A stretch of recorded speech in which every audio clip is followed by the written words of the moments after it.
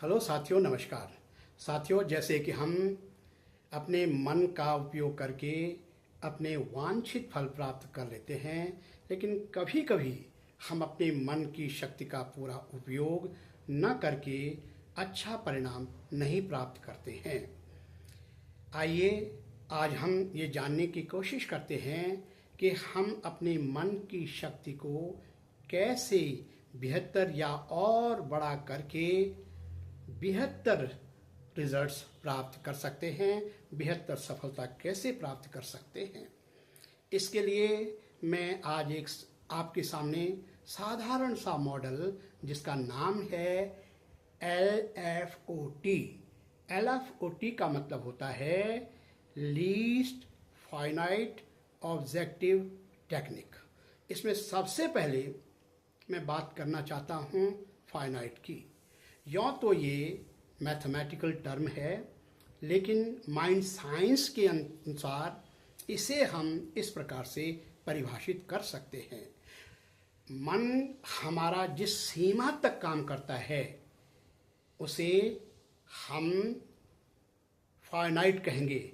कहने का मतलब ये है जहाँ तक हम चीज़ों को ठीक ठीक देख सकते हैं, सुन सकते हैं, जहाँ तक महसूस कर सकते हैं, जहाँ तक हमारी हाथ पांव, हमारी कर्मेंद्रियाँ अच्छे से काम कर सकती हैं, वो सीमा या वो सरफेस को हम फाइनाइट कहते हैं।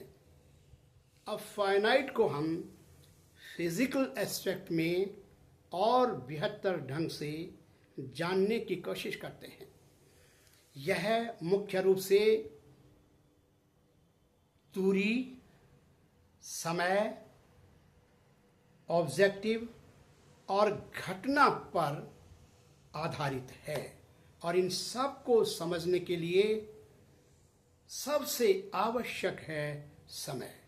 यानी कि इन पांचों चीज़ों को मिलकर के हम आज फाइनाइट की बात मन के लिए समझें।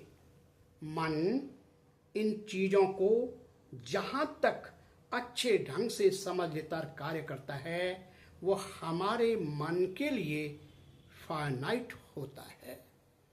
अब हम बात करेंगे लीस्ट फाइनाइट की। ये तमाम सारी चीज़ों को, घटनाओं को हमारा मन जहाँ पर कम से कम दूरी हो, कम से कम समय लगे, बेहतर वो चीज़ दिखाई दे, घटना का अच्छा प्रभाव हमारे ऊपर जिस कम से कम में इस बात को हम समझ सकें, इस घटना को हम अच्छे से पढ़ सकें, समझ सकें, देख सकें, इसे ही हम मन के विज्ञान में लीस्ट फाइनाइट कहते हैं। इसके बाद मैं बात करना चाहता हूँ ऑब्जेक्टिव की। ऑब्जेक्टिव का मतलब है हम जिस प्लान को कर रहे हैं, जिस काम को कर रहे हैं, वह विजिबल भी हो सकता है और इनविजिबल भी हो सकता है। इस प्रकार से यदि हम अब इन तीनों को साथ में जोड़ करके मन के विज्ञान की दृष्टि से समझने की कोशिश करें, तो हमारे पास लीस्ट फाइनाइट ऑब्जेक्टिव का मतलब हो जाता है किसी वस्तु या घटना का कम से कम दूरी में, कम से कम समय में बेहतर से बेहतर यानी शानदार से शानदार हमारी समझ में आ जाना कहलाता है। अब इसके बाद मैं टेक्निक की बात कर रहा हूँ।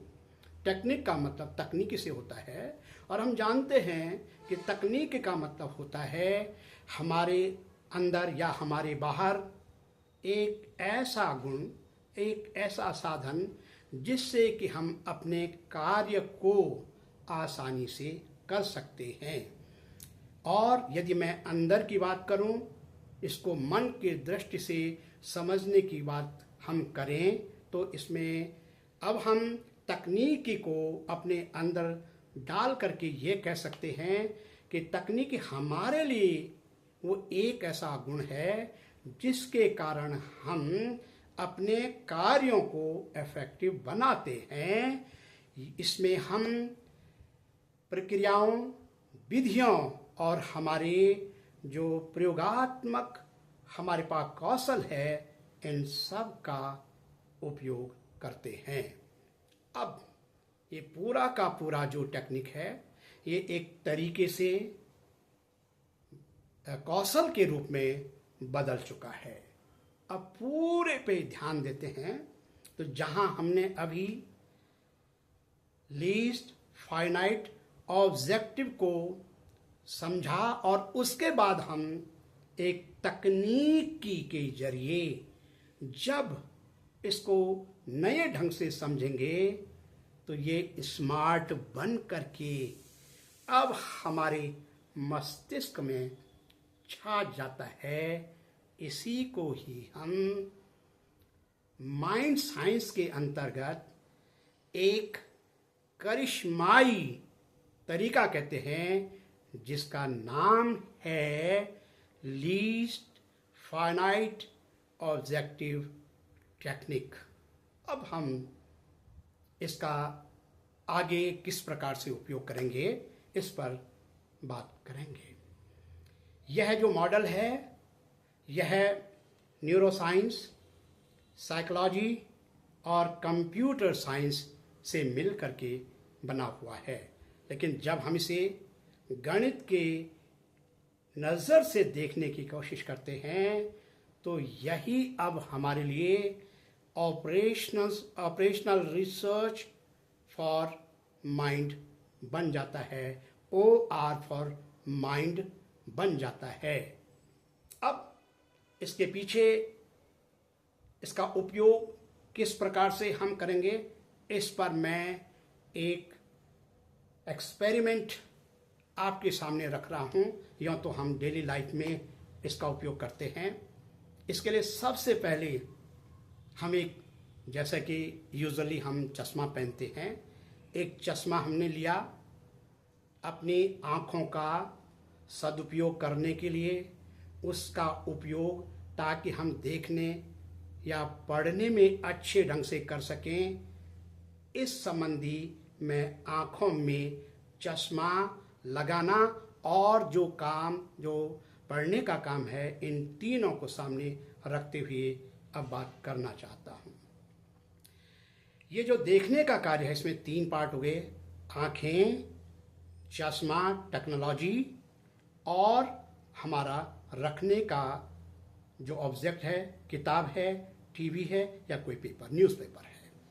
इस पर और करीब से बात करें, इसमें हम बहुत क्लियरली तब देख पाएंगे जबकि हमारा ये चश्मा ठीक हो और ये किताब जिसको हम पढ़ रहे हैं वो ठीक हो। ठीक का मेरा मतलब है ये चश्मा, इसका कॉन्वेक्सिटी, इसका जो फोकल लेंथ है, इसकी बनावट है, उस पर निर्भर करेगा। फिर इसको कैसे रखा जा रहा है, कैसे पहना जा रहा है, उस पर निर्भर करेगा। और ये किताब किस प्रकार की है, उसमें कैसे अक्षर छपे हुए हैं, वो कैसे रखी जा रही है, इन तीनों को साथ में रखकर आंखें, चश्मा और किताब को मिला करके हम कह सकते हैं कि हमें प्राप्त हो जाता है फाइनाइट ऑब्जेक्टिव टेक्निक। और अब हम इस चश्मे की मदद से उस किताब को पढ़ने के लिए तैयार हैं। जैसे ही हम किताब को पढ़ने के लिए तैयार हो जाते हैं, हम देखते हैं कि यद्यपि हमारी आंखें भी अपनी जगह हैं, चश्मा भी हमने ठीक कर दिया है, किताब भी हमारी ठीक से रखी हुई है, उसमें अक्षर भी छपे हुए हैं, लेकिन हमने इसको जो रखना डिस्टेंस रखी, माना वो या तो कम है या फिर ज़्यादा है। यहाँ पर मैं ज़्यादा वाली घटना को ले रहा हूँ, तो अब हम अपने चश्मे से इसको नहीं पढ़ पाएंगे। थोड़ा थोड़ा तो पढ़ पा रहे हैं, थोड़ा समझ में तो आ रहा है, लेकिन वो अच्छे से हमारी समझ में नहीं आ पा रहा है। इसी को ही हम फाइनाइट ऑब्जेक्टिव टेक्निक कहेंगे।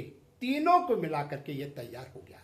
लेकिन जब हम इसको और करीब या इस ढंग से एडजस्ट करते हैं कि अब हमें ये इससे साफ साफ दिखाई देने लगे, तो अब ये हमारे पास लीस्ट डिस्टेंस बन गई। ये लीस्ट डिस्टेंस जब इन तीनों से यानी कि फाइनाइट ऑब्जेक्टिव टेक्निक से जुड़ गया, अब हमें साफ साफ दिखाई देने लग गया। हमारा मकसद पूरा हो गया देखने का। इसी को ही हम लीस्ट फाइनाइट ऑब्जेक्टिव टेक्निक कहते हैं। और इसमें हम अब 3 चीजों को समझने की कोशिश करते हैं। पहली चीज है अटेंटिवनेस।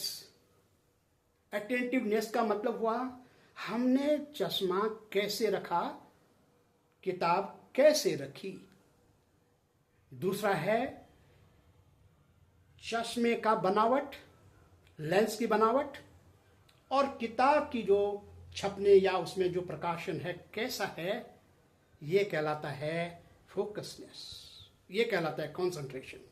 और जब हमने इसको पहना तो हमने जिस विधि का प्रयोग किया वह है फोकसनेस। 3 चीजों का हमने इसमें उपयोग किया, अटेंटिवनेस, कंसंट्रेशन और फोकसनेस। अब बात करते हैं इसका हमारे डेली लाइफ में हम कैसे उपयोग कर रहे होंगे। मन के विज्ञान को इसको समझने की कोशिश करते हैं। हम हर समय बाहर से सूचनाएं लेते रहते हैं और ये सूचनाएं हमारे अंदर बहुत सारी होती हैं। इन सूचनाओं को जब हम बहुत करीब से जानने की, समझने की कोशिश करते हैं, ध्यान देते हैं, इनका मूल भाव हमारे लिए क्या हो सकता है, हमारे लिए इसकी मीनिंग क्या है, हमारे अंदर ये आती हैं, तो उनमें से जितनी सूचनाएं आई, उनमें से हम जो हमारी मतलब की होती हैं, जब हम उसको ध्यान देते हैं, यही अटेंटिवनेस कहलाता है। इसके बाद जब हम पुरानी सूचनाएं और इन सूचनाओं को अपने इस समय जरूरत के हिसाब से उसके लिए आपस में इनका तालमेल करते हैं, तो यह हमारा कंसंट्रेशन बन जाता है।